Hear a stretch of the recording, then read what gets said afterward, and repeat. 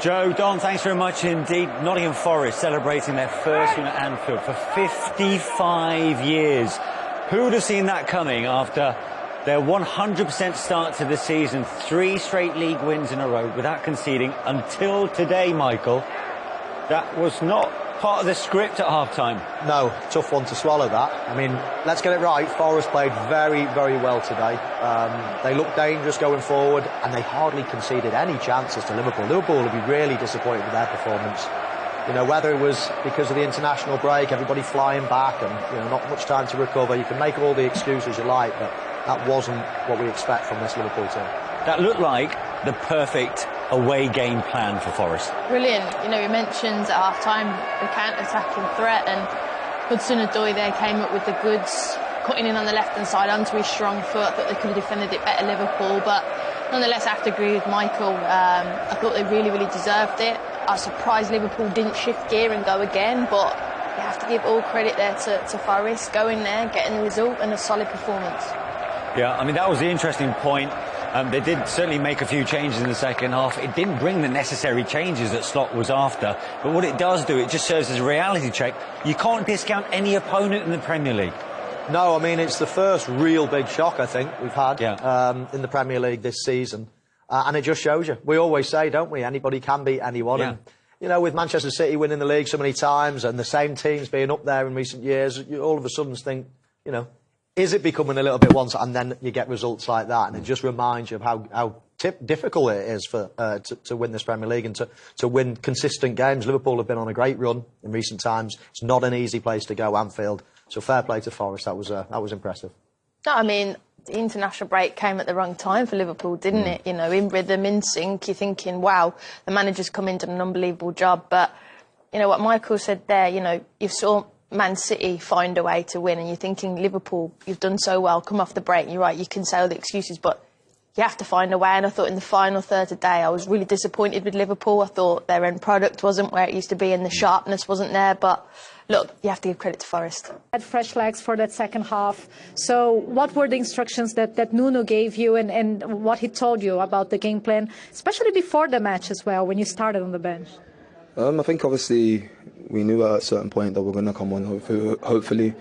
And obviously we're fresh legs, as you said, so it gives us a space to run in behind and obviously cause problems, which obviously we did. And as I said, before the game, he told us just go out there, express yourself, be yourself, and try and make an impact, which is what we've done. So we're buzzing with the win. Obviously, as I said, we go again next week.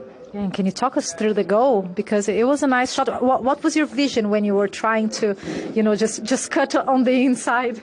No, do you know what it is? Like, I saw the corner. I saw there was space to hit it. And obviously, as soon as I hit it, I knew there was a good chance of going in. Do you know what I mean? So obviously, I'm delighted with the goal.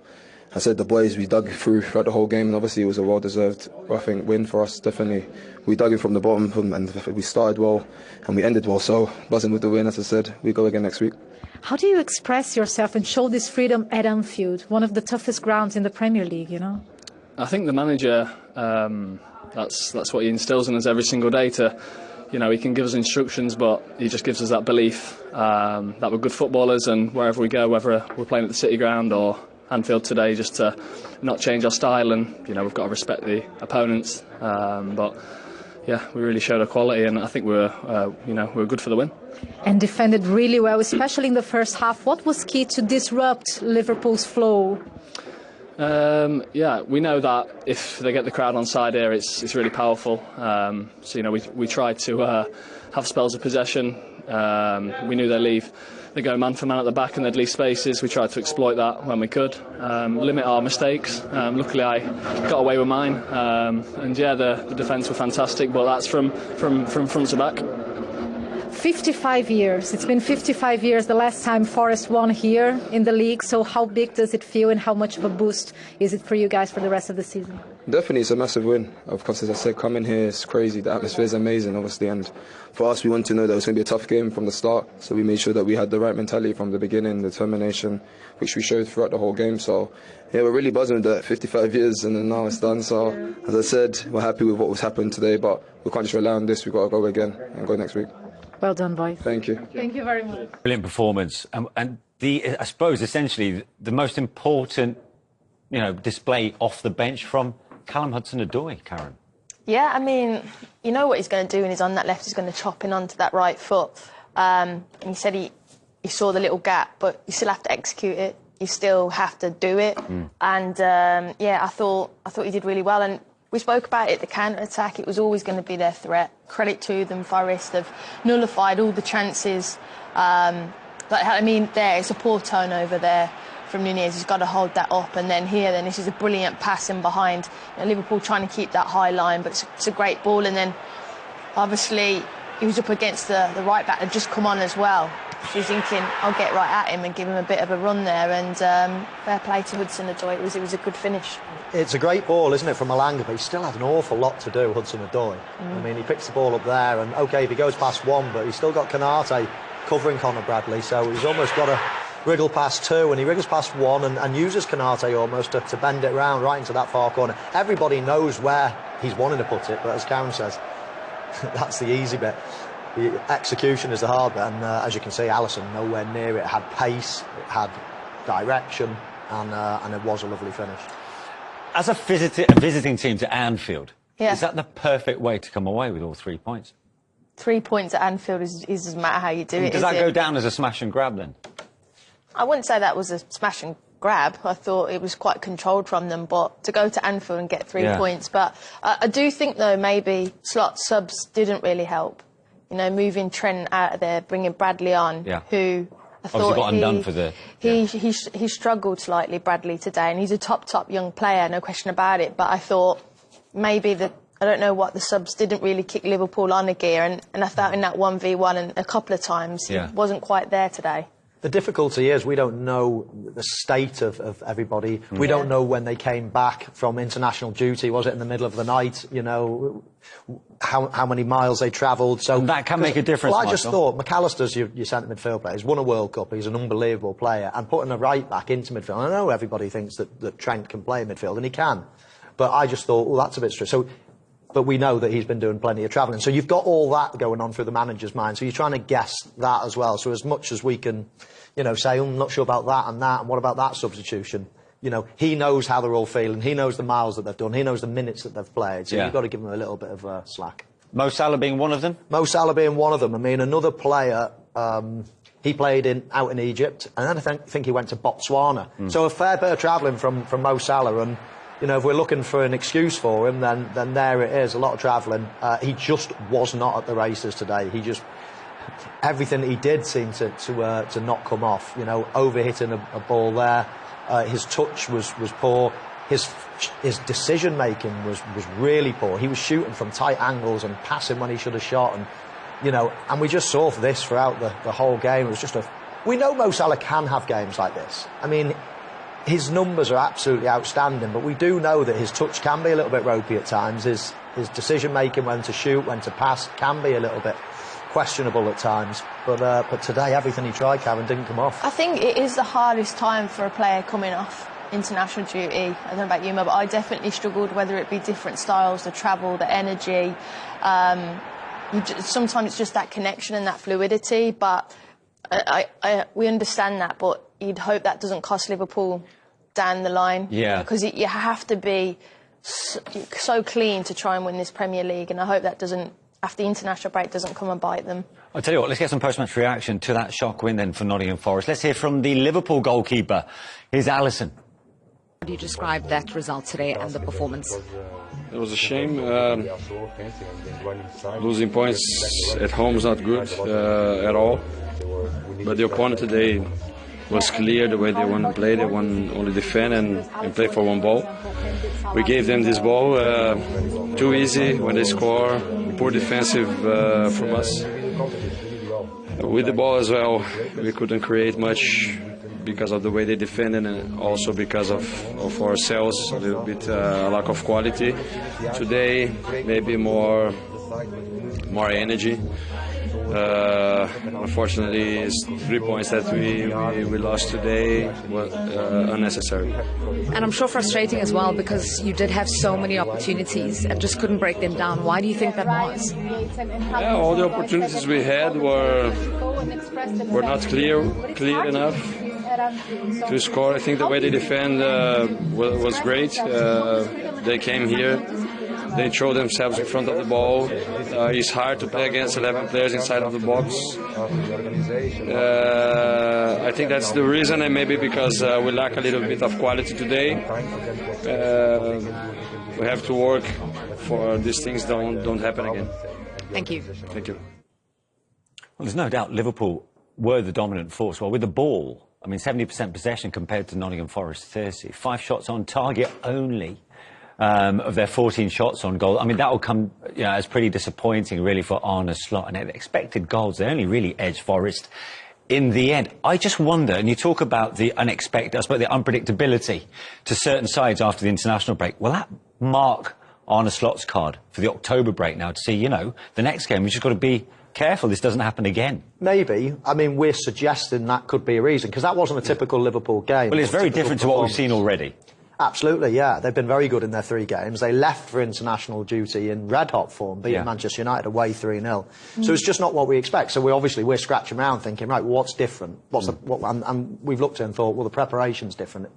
And it can often be the case. We often hear managers using that excuse after international duty, especially if you're playing on the early game as well, the 12:30 game. So that's the reason that I think they might have been a little bit sluggish, lots of miles in the legs, tiredness, etc. But it all depends on what Arne Slot thinks. You know, if he might think there's something else why they didn't play so well today. But yeah, if that's what he thinks as well, that'll mark his card for next time. Yeah. You know, the Premier League or all divisions in the world, you know, it's the same thing. If you've done all that travelling, you come back, the first game back can be tricky. And we should leave the final word to Nottingham Forest. I mean, it's a historic win as far as they're concerned, and it takes them 4 unbeaten at the start of this season, and not many would have seen that coming. No, like solid, and you saw the possession stats there, they had 30%, but there's still an element of control in their performance today, even without the ball. So you have to give them credit. They were solid, and when they had the opportunity to win the game, they won it, and they were clinical with it. But yeah, impressive. They look a strong United team, and anyone will find it difficult to play against, and try and break them down will be hard. Yeah. Pitch is finally starting to empty out there. From Liverpool's point of view, though, Shay, how unimpressed were you with them, particularly in the second half when we thought that they... We thought there'd be a reaction, didn't we, second half? We thought Arne Slot would get them in at half-time. Yeah, he did make a few subs. He changed, went to a back 3, I think, halfway through the second half. You definitely give him credit for trying different things. But like people like Mo Salah had a really off day. Diaz was quiet. Jota had a couple of chances with his head. I think maybe could have done better. But again, you know, as you said, as Damien says, Matt Sales didn't make a loads of unbelievable saves, and it wasn't all hands to the pump. They defended really well, and he'll have a lot to think about now, Slot. This is the Premier League. It's not going to be all rosy in the garden, and he's got to find solutions. And he's got the Champions League coming up in midweek, a challenging fixture to start that. He did try. I mean, he made a triple substitution. He changed to 3 at the back. He made a few tweaks along those lines, but did they have any material impact? No, it didn't really. We were trying to work out, I think, with their boxing midfield, and you know, had 3 at the back with Bradley playing right side centre half and Tsimikas the left side. So he was trying all sorts of different things, but again, it wasn't like he was making changes and things were happening. It was just a really flat performance. And I mentioned at half-time about the international break. That probably didn't help him, but at the same time, Forest had the same preparation as well. So give them credit for the win. What did you think of those tactical tweaks that he tried? Listen, they were all good. I mean, he was trying to get Liverpool back in the game. You know, he went to that little kind of box with Zabazalai and Curtis Jones at the top of it, and Gravenberch and Trent at the bottom of it. You're 3 at the back, and then you do the wide players. You brought Darwin on to try and give you a focal point. But Forest was just in a groove. They were just never broke concentration, and I think they deserve so much credit for that. But Arne Slot had a whirlwind honeymoon coming in, winning the games. It was all sweetness and light, winning games, playing great football. The performance at Manchester United before the international break was as good as you're going to get. But I tell you what, he's realised what the Premier League is about now. I wouldn't want to overreact to this either, you know, but we were talking about them as possible title contenders. I think Shay put them up there. I'm not sure if you did pre-match. Is it going too far to suggest that they're actually a level or two below that? Is it expecting too much of Arne Slot to lead this team to the Premier League title this season? No, I think Liverpool will certainly be thereabouts. They'll be within 4 or 5 points of the league. But I highlighted it previous in the show is that the lack of a number 6, a world-class number 6, a Rodri-type character, a Fabinho-type character. Gravenberch struggled a bit today. Gravenberch will struggle, you know. And I said that what my point before the game was, Liverpool have the wind in their sails. It's great as a number 6. You're joining in, you're passing it. But there's games like this where the 6, that's when he puts on his hat and he goes to work, because Liverpool broke away so many times in that second half, and they could have got another goal and got 2 or 3. Forest with their breakaways, their opening, especially when the wingers came on. And also, that's out of possession. In possession, you want a 6 to set a tempo, a rhythm for your team. But Morgan Gibbs-White dropped onto him and stopped him. But then he's got to work hard to make angles, to get on the ball, to take the ball under pressure. Like Rodri. Do you think Rodri would be worried if Morgan Gibbs-White was stood next to him? He'd say, give me the ball. He'd take it, use his body, drive past Morgan Gibbs-White and start passing, giving Man City a tempo. And I don't think Gravenberch is a natural at that. He's an 8 and he's a very good player, but I think that, and it's amazing because they've had, 18 months, since Fabinho left, or 2 years even. They stopgap with Endo, they had a stopgap now with Gravenberch. I cannot believe that they've not gone and identified a world-class number 6 to get him in the team, because days like today, they get you through. Are they title contenders? Big question. Look, beforehand, I was probably like most Liverpool fans up and down the country were saying they've won 3 in the bounce. Of course, they're title contenders. Everything looks brilliant. Scoring goals, could have scored a hatful more at Old Trafford a few weeks ago. It's amazing what one result does. They lose at home to Nottingham Forest, and now I'm even going, I'm not sure. But I still think they'll be... Them Arsenal and City will be close, I think. Fair enough. So yeah, them Arsenal and City. I think Damien's suggesting you're really nailing your cutters to the mass on that one there, Shay. Thanks, one of those 3 will probably win the league I'll get title. me coat. Back after these. Finished 0-0 to Nottingham Forest, and there's no doubt, lads, that Nottingham Forest deserved this. You couldn't say Liverpool were unlucky or blew the house down or any of those things. Was a deserved Forest victory? No, it was a brilliant away performance from Nottingham Forest. Yes, Liverpool huffed and puffed, but Matt Sales, we talked about the goalkeeper for Forest, and they've made loads of saves. Defensively, as Damien mentioned before the break, were absolutely brilliant at the back, and again, the types of bringing Hudson-Odoi and Elanga was a masterstroke, because I think Slot said before the game we prepared for 2 wingers. They didn't play with 2 wingers, but they finished with 2 wingers. That's right. Yeah, that was interesting. That was the pre-match interview. He said that's literally what he said. He said we were talking about the wide players setting things up, and now they haven't picked them, so we'll change things. And they didn't seem ready when they actually did come on. They didn't seem ready when they came on, so maybe they forgot about how they prepared. But again, the 2 wingers for Forest coming off the bench were brilliant. Yeah, they certainly were for the goal, Damien. Oh yeah, really good stuff from Forest's point of view. It comes here. We'll see Milinkovic absolutely poleaxes Darwin Núñez, and it coming a breakaway here, and Liverpool are in decent shape. They've got enough red shirts back you there. You see there's 5v3, but that Morgan Gibbs-White run takes Konate out of it, and then there's so much open space. You watch Morgan Gibbs-White next to Konate as the ball comes in, he just clears out that space. Bradley's got to get him down the line, but when he chops inside, he needs help. You need a midfield player, you need somebody there to stop that. But he comes inside. What a finish this is, by the way. I mean, absolutely, to be the goalkeeper of Alisson's size, stature, and he gets nowhere near it. He just arcs it outside and it clips the post. Always looks good when it it's clips so good. Even this one here from behind, you see, like Alisson moves his feet really well. Good spring, but it's getting nowhere near that, unfortunately. And they were brilliant, Forest, absolutely brilliant. Which make it a goal?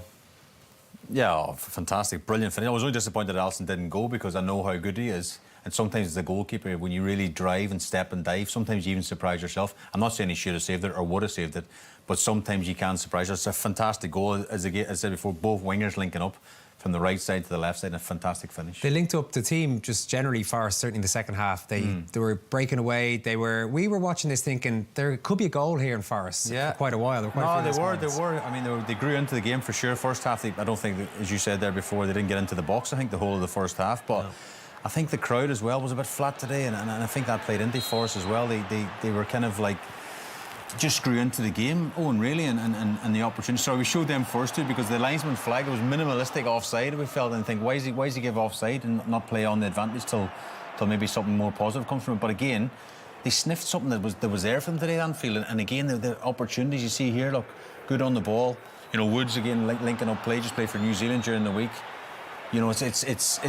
It's a wayward shot at the end, but again, it's getting Liverpool on the back foot, them chasing back. So when they do get the ball, they've got less energy, of course, to attack Nottingham Forest. So again, just the final shot, the final finish. You see Van Dijk getting beaten there. This time Elanga's a good save from Alisson. You expect him to make, but again, it's just give them that belief that they could get something today. Great breakaways. Like you talk about the picture perfect game plan. Sit in, soak up pressure.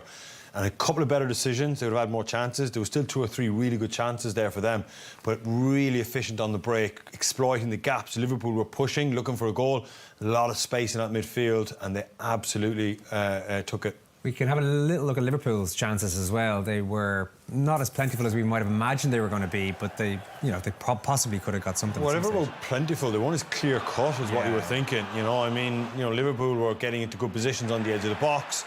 but a lot of it was this, shots from distance, dragged wide, nearly moments. I mean, they were probably screaming for one of these to go in, just for virtue of the fact to calm everybody down, because I know once Liverpool, if they got their noses in front, they would have been quite rhythmical then with their play, because there was not an awful lot of pressure. But that's it. In 90 minutes of football, for Nottingham Forest to restrict Liverpool to that many chances, they've done superb. Is there an issue there now for ARNE Slot? It's only his 4th game. We assumed that the players were going to buy in, but maybe they won't buy in so much now when they have a match like that. No, that's not. No. The manager's ideas will come true. It's just that he now needs to figure out ways that when teams come to Anfield, or even when they go away from home to places like the City Ground, teams are going to sit in and they're going to double bank their wingers because they know that Liverpool's biggest threat are the 2 wide players. So they're going to like drop the Forest wide players back to help them, deny them space, not come out and give Salah space to run into, deny him space. And then obviously if you can hang in there, frustrate Liverpool, bring your wide players on, you get a breakaway and it can happen. ARNE was probably your player of the match for Forest. Yeah, just about. I think the 2 centre-backs were awesome as well, Milinkovic. But this fella, because the centre-backs have comfort of bodies around the midfield players, but ARNE is on his own with Luis Diaz, and he coped admirably. Sometimes 2v1 there when you look at Robertson coming up outside, but he played the perfect game. You know, Anfield, big pitch, slick pitch. His decision-making was excellent, and he really took away one of their danger men in Luis Diaz. He's economical with the ball. Look at that, superb there. That was on Gakpo to set them on their way, Liverpool. But it's just 1v1 defending. His concentration, this is one from his concentration. Could have switched off there and drifted off the line, but he didn't. He expected a Liverpool player to get that header on, and he was right where he needed to be. But the 2 centre-backs as well, we could have done a package on them too, because they were absolutely superb. I mentioned the players there. What about Liverpool? They've been so emotionally attached to Jurgen Klopp for so long. It's been a bright start for the new manager, but it's still very early days, and you can't just write him off based on one result either. No. But presumably the jury's going to be out for a little while until they see the jury will always be out with a new manager Yeah. coming after following Klopp, and 8 years is a long time, and everyone looks across, I suppose, not that far across the motorway to Manchester United, how they dropped off when Ferguson left after so many successful years, you know. So there's that comparison, but I don't see that. I do think that, you know, there's powers above as well have changed, and I thought they might have, you know, backed the manager. Someone brought a couple of players, and we spoke before about Zubimendi, the Spanish international, the number 6. Thought they would have got across the line, would have made a big difference. Didn't get him, but I actually really like this manager. I think he's got a big future at Liverpool, and again, going back to the fans, he just felt a bit flat today. I don't know why, and sometimes that you sort of respond to the team on the pitch, how well they're playing. If they're creating loads of chances, keepers making loads of saves, then the crowd are really up, but we didn't see that at all today. I think it's fair to say ARNE got somewhat outfoxed in the second half by his opposite number, Nuno. Was it one of those days where the game plan just really went so well? No, the players did it well. The players did it well. The hard work that they did all over the game. Beginning was very hard. I think we controlled, but Liverpool nailed us against the ropes. But we managed to keep it. Stay in the game was important for us. All the moments. Second half the same. Trying to go out, trying to harm them. But hard work of the boys. Really happy for them. Yeah, what was important in that first half, in staying in the game and disrupting Liverpool's flow as well? Yes, important, because they are so good. You cannot play them and ignore the quality they have. It's always the balance. Staying defensively, we were really good.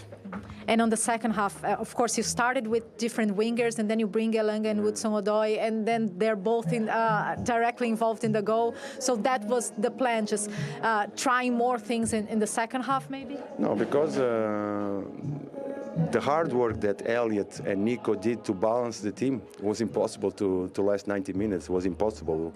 The task that because the fullbacks of Liverpool, they are so offensive and they run inside, you have to track the runners, and it requires a lot of energy. We needed fresh legs in that moment.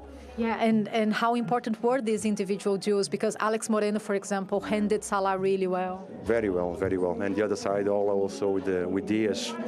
It's individual competence. They did well. Sometimes they break us, but also we play good. I think we control the game in the right moments. In the first half, we didn't finish the actions. We break Liverpool over the side, but we didn't finish the actions. So was that in the second half much better, while we control and really arm, then go for the action to arm them. Really happy for the boys. Very happy for the fans. They are delighted. There is a moment to enjoy it. Well done to Nuno and to Forrest. He was asked about Mo Salah being well handled at the end there, and he certainly was for a player who's been on fire in the first few games. Yeah, it's amazing, you know, because how many times we speak about Mo Salah in a Liverpool shirt over the years. He's been absolutely up there with the greats. You know, I don't know, Kenny Dalglish, Ian Rush. This guy's in Robbie Fowler. This guy's in that kind of conversation. He's that brilliant. But today, Owen, he just had one of them days. You know, everything he seemed to do was give the ball away. You know, his final pass or his final shot was just wrong, you know. And I suppose in football we've all been there, Damon. You get days that get done, you know, it's just not coming off. You know, how many times we've seen him in this position, cut inside and bending into the far top corner, just overhits the cross. It's been a frustrating, really day for him, you know, and we expect more because we've seen so much more over the years. On. What do you reckon just on his performance today? Yeah, he was poor. Nuno's interview there was interesting, where he spoke about his full-backs having to track the wingers when they run inside, and then you have to have the cover of the wide players coming back, because sometimes you are left in a 2v1. So I suppose as a full-back, if you're told, right, Salah is your job, or to the other side, Diaz is your job, you can just lock onto him and almost man-mark him and not have to worry about runners off you, because that's what the wide midfield players were covering. But his decision-making was poor today, coming inside, a couple of misplaced passes. That package of that sequence could have gone on for another 30 seconds, such was the regularity which he was giving the ball away. I imagine he might bounce back for the AC Milan game. If there was one thing you would want to see changed as a Liverpool fan today, what would it be for Tuesday night in the Champions League? Is there one personnel or tactical shift? Game, obviously in the Champions League, Milan at home as well. It'll be a totally different game. They'll come out. I mean, Liverpool are away team. They can hit them on the break, different things. But next week on Premier Sports on Saturday is Bournemouth at Anfield. So that, you know, they'll be watching this game today and going, this is the perfect game plan to go there and frustrate them. He needs to get a more cohesive unit. Like, he'll be worried today the amount of misplays, the amount of times someone played a ball for a run and the run never came, Jota checked out and the ball just trickled out over the end line.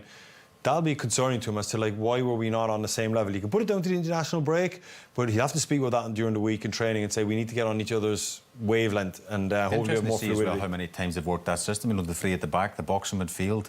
You know, he's had a day probably to prepare for this game.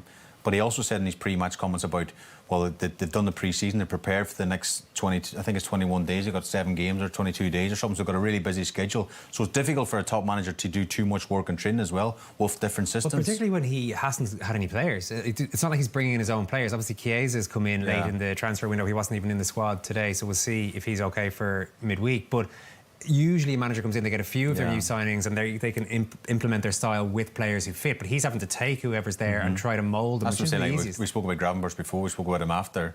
You know, he's not a number 6. I still think he can probably do a job there, but he's not a recognised number 6. He's more an offensive midfielder. And again, he's trying to put, was it round holes and square pegs, or square pegs and round holes? Either works. There's something like that, but he's trying to rejig people. But you're right what you're saying. A new manager wants to bring a couple of his own players in to strengthen his team. Alisson, the Liverpool goalkeeper, is ready to talk. Describe that result today and the performance. It was a shame. Losing points at home is not good at all. But the opponent today was clear the way they want to play. They want only defend and play for one ball. We gave them this ball too easy when they score. Poor defensive from us. With the ball as well, we couldn't create much because of the way they defended and also because of ourselves, a little bit lack of quality. Today, maybe more energy. Unfortunately, it's 3 points that we lost today were unnecessary. We're showing Liverpool 3 times this week on Premier Sports, and you have to say maybe it's a bit of a slow burn because that first half wasn't exactly vintage, Shay, was it? Yeah, I hope so. A slow burner, but we sort of spoke off air actually about sometimes after the international break it can be a bit of a flat one. The game straight back. You imagine a lot of these players in both teams travelling around the world, getting back maybe Wednesday, Thursday, and both managers go one day to prepare for today. But it's no excuse. I mean, even the crowd at Anfield's a bit flat, and that's probably because of the performance on the pitch has been pretty poor. You would expect a little bit more, even with what's out there, a bit more quality from Liverpool than what we saw there. Yeah, really lacking fluidity, and the effort is there, the tempo, the energy, everything they're trying to do is there. Just the execution and timing is off, and it started really early in the game. A lot of balls that were hit and just miscommunications here. I think Salah has to make that pass, but he just overhits it. It's the right, like I said, the right idea. Everything is pretty good what they're doing. It's just the execution at the moment. You'd like to feel, or you'd hope that will come in the second half. Salah breaking down on him an awful lot on the right-hand side. That is not like Trent Alexander-Arnold to overhit that pass by as much as what he did. And then all of a sudden they get into a good position with Super Ball. Salah just doesn't seem to have the legs to get by. This is a classic one. Salah chops inside in his left foot. Simple pass to Szoboszlai, but he overruns it. Put that one on Szoboszlai. Here you've McAllister popping inside. Not a great ball to Jota. It's bobbled in a minute. Jota should do better. And lots of stuff like that where Jota checked his run. Salah didn't notice it. Szoboszlai, I think, has had a pretty decent game. That's a poor ball from Liverpool's point of view. So they're just bubbling away. I would be interested to see what Slot does at half-time, because he didn't stand on ceremony in the Ipswich game. When he wasn't happy, he changed it. So I would be interested to see what he does now at the break. Personnel-wise or yeah, shape-wise? personnel-wise or just something to get them going a little bit. I would imagine he give him a bit more time just to let him find the rhythm, but he won't wait as this continues. They had moments. They were the team who obviously looked more likely to score. Yeah, a few half chances, to be fair. Yeah, it'd be interesting to see what he does do, the manager. Even this half chance comes out of a pretty poor pass. It's madness from Yates as a defender. You've got to deal with it better than that. And again, they get a bit lucky, to be fair. Forrest Diaz, who's had a brilliant start to the season as well, hits the post there, of course. And again, yeah, I mean, will Arne Slot do? I'm looking at the bench and I look at Nunez and Gakpo. That's probably one of the real offensive players he can change off the bench to try and give them a spark, something different. Again, it's a brilliant ball in from Mo Salah. Szoboszlai sort of comes off his shoulder. I think he's got to do better with a header. And this is a header from Matt Sells in the goal, but I think it's a save I expect him to make from. You felt that Jota should have gone with his head. That's the previous one. Yeah, Jota should definitely go with his head. I think one of his strongest points on is heading the ball, and again it's a poor execution. Van Dijk this time on a corner. I think it's Gibbs White who's picking him up. This is the one I was on with Matt Sells, but. It's a save I'd expect him to make, if I'm being honest. It's comfortable, you know. So again, Nuno Espirito Santo at half-time going, lads, this is perfect. The crowd's flat, they're flat. Yeah. We'll get a set play. We'll take up a Ward-Prowse before the game. We'll get a chance second half to keep it nice and solid. Forrest, they'd be happy? Oh, Forrest would be delighted. It's absolutely everything they wanted. And just maybe Gibbs White had a great chance. He's just offside, so he'll be bringing that up at half-time. Look, lads, just keep going. We'll nick something. But you don't want to invite Liverpool now, because make Liverpool earn it. Like, if you give away something cheap, like a penalty or a short back pass, Liverpool need a goal. And if they get that goal, I'd imagine they'll find the rhythm pretty quick. They have got 3 wins from 3 so far in the Premier League under Arne Slot. Will that continue? They've got a bit of work to do after the break. Elsewhere, in the 3 p.m. kickoffs, Erling Haaland is on the verge of Premier League history. He scored 2 goals in the first half against Brentford, 1 more in the second half, and he'll have back-to-back-to-back hat-tricks, I think is the way that Shea wants to phrase it. 3 hat-tricks in a row. Nobody's ever done it in the Premier League. In fact, the last time it happened in the top flight was in 1946, when who did it, Damien? Correct, Jack Balmer of Liverpool. I knew it was on the tip of your tongue, so I just thought I'd help you out there. With look like Brian Kerr. Now, that's pretty good going from Forrest for the most part defensively, but they did have one calamitous moment, Shea. Have you ever had a moment like this? I know Rob mentioned a comment Shea Given wouldn't do that, but I think Shea Given has done this a few times. I think the classic example of this one is you're thinking about the next motion before you dealt with the cross. So he's thinking what he's going to do next. He's going to distribute, he's going to kick it up the pitch, what's he going to do? But I'll tell you what, he is a lucky man, because if you see when it comes down, it actually hits his back elbow, and his back elbow keeps it from crossing the white line. Because if the elbow goes the other way and actually does the opposite, actually knocks it into the goal, it's 1-0 to them. Damien mentioned before the break. Don't do a daft mistake for us. Don't give a daft goal away. And they very nearly did that, didn't they? I wouldn't mind. We were talking before the match about Queevy and Kelleher. Forrest seemed to be the club that have pursued him most aggressively, and you can maybe see why. Look, I mean, everyone's tied to a minor mistake. I know, but I wanted to bring the Kelleher angle back in. Listen, he got away with one massively there, but at the moment, Liverpool are a little bit frustrated, and the onus is on them and Arne Slot to do something about it. Forrest give him a leg up now by doing something like that. Watch how quick Liverpool get the rhythm if something like that went in. All of a sudden, they'd relax, the tension will come out of them, and they'd probably tack on 2 or 3 more goals. So Forrest just need to keep making Liverpool beat them. You made the point that Arne Slot hasn't been standing on ceremony in games so far. The Ipswich one was a big one where it just looked very different in the second half. They were a lot more aggressive. They were a lot more maybe similar to the Klopp Liverpool. I don't know what way you want to phrase it. Is that what you'd expect? Whatever about personnel and formation, a more aggressive attitude generally to the game? I think it would be interesting how he looks at it. Like, are Brentford causing us problems with their shape? Forrest. Forrest. Are Forrest causing us problems with their shape? Are they nullifying us? Are they stifling us? Then we'll have to change something.